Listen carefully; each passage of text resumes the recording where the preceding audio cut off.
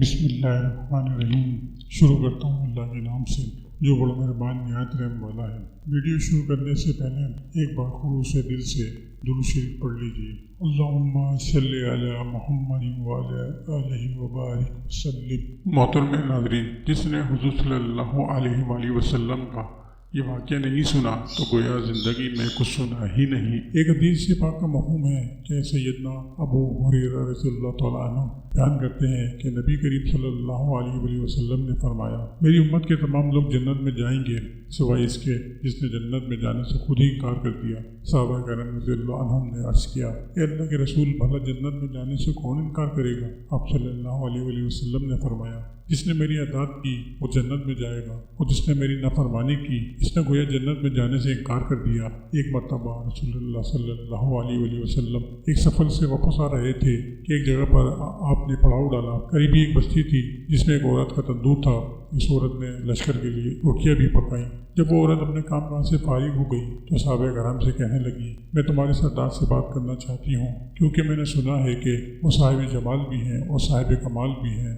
صحابہ کرام اسے رسول اللہ صلی اللہ علیہ وآلہ وسلم کے پاس لے آئے۔ کہنے لگی، اے اللہ کے پیارے رسول صلی اللہ علیہ وسلم، میں آپ سے ایک بات پوچھنا چاہتی ہوں۔ رسول اللہ صلی اللہ علیہ وآلہ وسلم نے فرمایا، پوچھئے، کیا پوچھنا چاہتی ہو؟ کہنے لگی کہ میں ایک ماں ہوں، تندور میں روٹیاں لگاتی ہوں اور یہی میرا ذریعہ روزگار ہے۔ میرا ایک چھوٹا سا بچہ ہے، میں اس کو آگ کے قریب نہیں آنے دیتی کہ کہیں اس کو آگ یا انگارے سے کوئی تکلیف نہ پہنچے۔ میں خود تندور کے اندر آگ میں ہاتھ ڈال کر روٹیاں لگاتی بھی ہوں اور نکال بھی لیتی ہوں، لیکن میں اپنے بچے کو گرم ہوا کے لگنے کو پسند نہیں کرتی۔ تو میں نے سنا تھا کہ ساری دنیا کی ماؤں کی محبت کو جمع کر دیے جائے تو اس سے 70 گنا زیادہ بندوں سے اللہ پاک محبت کرتے ہیں، تو اللہ پاک بندے کو جہنم میں جانا کیسے پسند فرمائیں گے؟ حدیث پاک میں آتا ہے جس کا مفہوم کچھ اس طرح سے ہے کہ نبی کریم صلی اللہ علیہ وآلہ وسلم نے یہ بات سن کر سر جھکایا، مبارک آنکھوں میں آنسو آنے لگے، روتے رہے تاکہ جبرائیل علیہ السلام اللہ کا پیغام لے کر آئے، میرے محبوب اس عورت کو بتا دیں کہ اللہ نے ان پر ظلم نہیں کیا، انہوں نے اپنی جانوں پر کچھ ظلم کیا۔ اللہ تعالیٰ تو چاہتا ہے کہ میرا بندہ مجھ سے جو مانگے میں اس کو عطا کرنے کے لیے تیار ہوں، لیکن یہ لوگ توبہ نہیں کرتے، توبہ کی طرف آتے ہی نہیں، بلکہ رب کی ماننے کے بجائے شیطان کی مانتے پھرتے ہیں اور توبہ کو ضائع کرتے ہیں، بھول جاتے ہیں۔ انہوں نے اپنے پاؤں پر خود کلہاڑی ماری کیونکہ اللہ تو چاہتے ہیں کہ یہ جہنم اور اس کی آگ سے بچ جائیں، یہ تو اپنے عمل کی وجہ سے ہی جہنم میں جائیں گے۔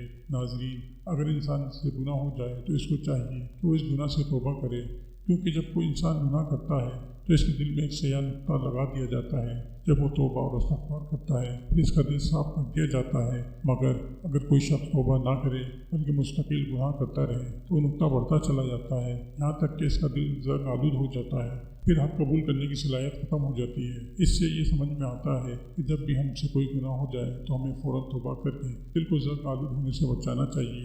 رسول اللہ صلی اللہ علیہ وآلہ وسلم کا فرمان ہے کہ بے شک جب بندہ ایک گناہ کرتا ہے تو ایک سیاہ نقطہ اس کے دل میں لگا دیا جاتا ہے، پھر جب وہ گناہ چھوڑ دیتا ہے اور استغفار اور توبہ کرتا ہے تو اس کا دل صاف کر دیا جاتا ہے، اور بغیر توبہ کیے ہوئے دوبارہ گناہ کرتا ہے تو اس نقطے میں زیادتی کر دی جاتی ہے تاکہ وہ پورے دل پر چھا جاتا ہے۔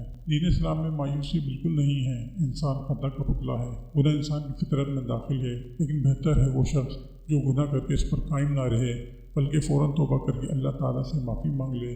نبی کریم صلی اللہ علیہ وآلہ وسلم نے ارشاد فرمایا کہ ہر بنی آدم انسان بہت زیادہ خطا کار ہے، اور لیکن اللہ تعالیٰ کے نزدیک بہترین خطا کار وہ ہے، بہترین گناہ گار وہ ہے جو کثرت سے توبہ کرنے والے ہوں۔ نبی کریم صلی اللہ علیہ وآلہ وسلم نے فرمایا، گناہ سے صدقے دل سے توبہ کرنے والا اس شخص کی طرح پاک و صاف ہو جاتا ہے جس نے کوئی گناہ کیا ہی نہ ہو۔ حضرت ابن عباس رضی اللہ تعالیٰ عنہ سے روایت ہے کہ رسول اللہ صلی اللہ علیہ وآلہ وسلم نے فرمایا، جس آدمی نے استغفار کو لازم کر لیا اللہ تعالیٰ اس کو تنگی سے نکال دیں گے، اس کے غم کو دور کر دیں گے اور اس کو ایسی جگہ سے رزق عطا فرمائیں گے جہاں سے اس کو وہم و گمان بھی نہ ہوگا۔ حضرت ابو ذر رضی اللہ تعالیٰ عنہ روایت کرتے ہیں کہ رسول اللہ صلی اللہ علیہ وآلہ وسلم نے ارشاد فرمایا کہ اللہ تعالیٰ ارشاد فرماتے ہیں، میرے بندے، بے شک جب تو میری عبادت کرتا رہے گا اور مجھ سے مغفرت کی امید رکھے گا میں تجھ کو معاف کرتا رہوں گا، چاہے تجھے میں کتنی ہی برائیاں کیوں نہ ہوں۔ میرے بندے، اگر تو زمین پر گناہ کے ساتھ بھی مجھ سے اس حال میں ملے کہ میرے ساتھ کسی کو شریک نہ کیا ہو تو میں بھی زمین پر مغفرت کے ساتھ اس سے ملوں گا، یعنی بھرپور مغفرت کر دوں گا۔